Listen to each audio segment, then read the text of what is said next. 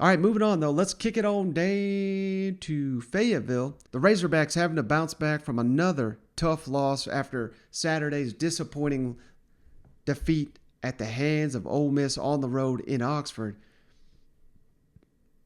But I can almost guarantee you there's not going to be any hangover because we all know who's coming to town. Auburn Tigers, who you got to feel like they stole one from you last year with the Bo Nix backward spike, the only backward spike in the history of football that's been honored. It's going to be very easy, I would imagine, for Sam Pittman to get his team up for this task of facing the Auburn Tigers, given all that. And hey, I think it works out well for the Razorbacks, given the fact that Auburn just got physically manhandled by the Georgia Bulldogs, and that not necessarily anything to do with the caliber of Auburn as a team, because I think basically everybody that goes up against Georgia is going to get manhandled. Arkansas knows all about that. So, but you're getting them in a good spot. Auburn had so much hope and expectations leading up to that Georgia game. We're not able to get it done. The receivers really started to crack last week. I mean, that was a huge flaw. Ole Miss took advantage of your defense. Well, Auburn unlikely to be able to follow that recipe because they don't have the receivers, and they certainly don't have the quarterback outside of the one game against LSU where Bo Nix went insane mode. Is he really going to do that once again?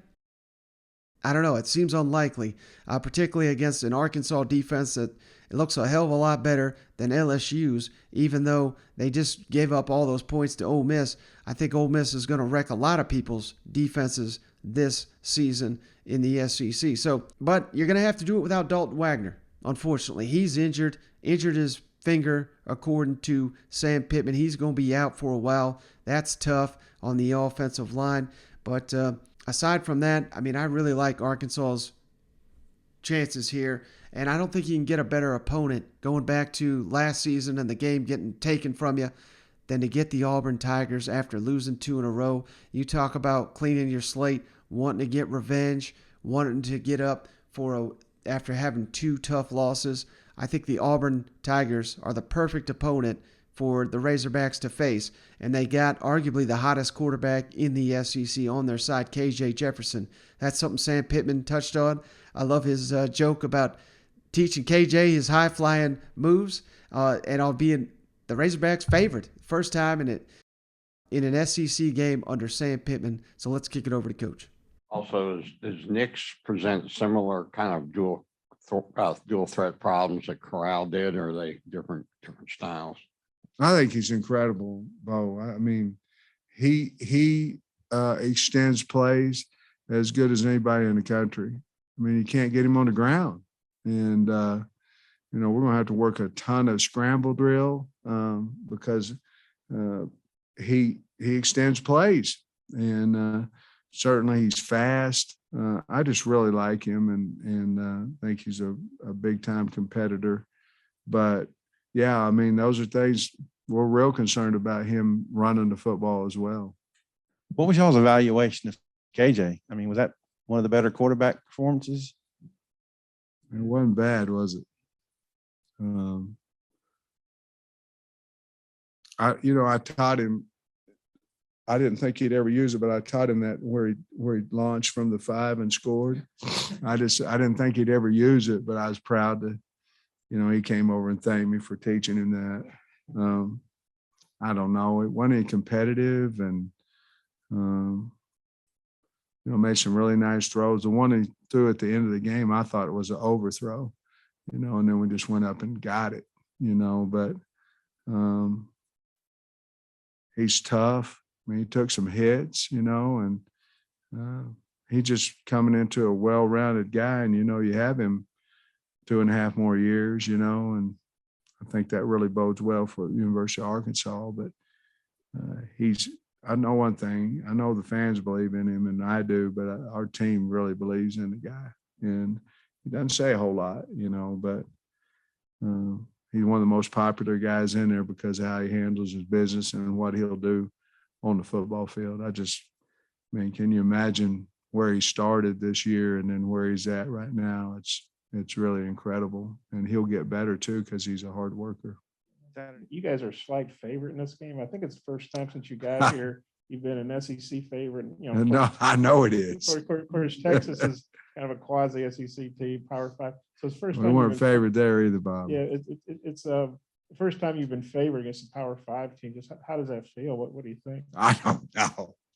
I mean, I don't know. I don't know if it has any outcome on the game or not, but I'd rather be favored than 22-point underdogs. I mean, I don't know what it means, to be honest with you, but you know, we are favored against Auburn, so we've come a little ways, you know, so we'll find out. I mean, that obviously, if that was the case, we'd be going in this game, we'd be 2-14, you know, but still got to play the game. But so I don't really know how to answer the question. All right, and one final thing here from Sam Pittman. This really, you know, we noted it on the last show, but we got to stop these damn fake injuries. And I don't even know how you do it, but I think basically you got to, if a player goes down, I don't think he should be allowed to come back in the game for the rest of the series, maybe even the quarter. The quarter, that may be a bit harsh, but I just don't think you can have him in there. Hell, it's a player safety issue. If you're hurt, if you're legitimately hurt, you probably shouldn't be back out there right away either, should you? But clearly, Ole Miss instructed some guys to go down against Arkansas. Sam Pittman noticed it. He's not strictly calling these guys out, but his comments here say it all. And I also think that, you know, maybe the only workaround that I can see, and this will be tough to manage, but I think maybe you got to allow defenses to substitute at will. Now, you don't stop the game.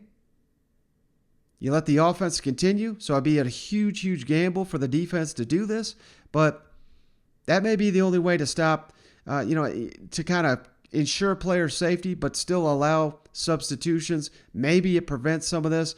You know, you're not going to be rotating linemen in and out from the sidelines while the offense is going here, because that would end a disaster. But maybe you can flip corners, flip safeties. I don't know. But that's just something that I've been thinking about, because we got to stop this trend. And I don't know how you do it, because you certainly will never question a player. You don't want injured players out on the field, and you don't want them to be penalized for legitimate injuries either. So it's just the sport's in a tough spot in this little aspect. And I think allowing defenses to substitute, while that may be, a little bit of an advantage to the defense, hell, the defense needed some advantages in today's college football high flying. So I don't know. That's just something to think about. But that's something clearly still on Sam Pittman's mind when he was asked about it on Monday.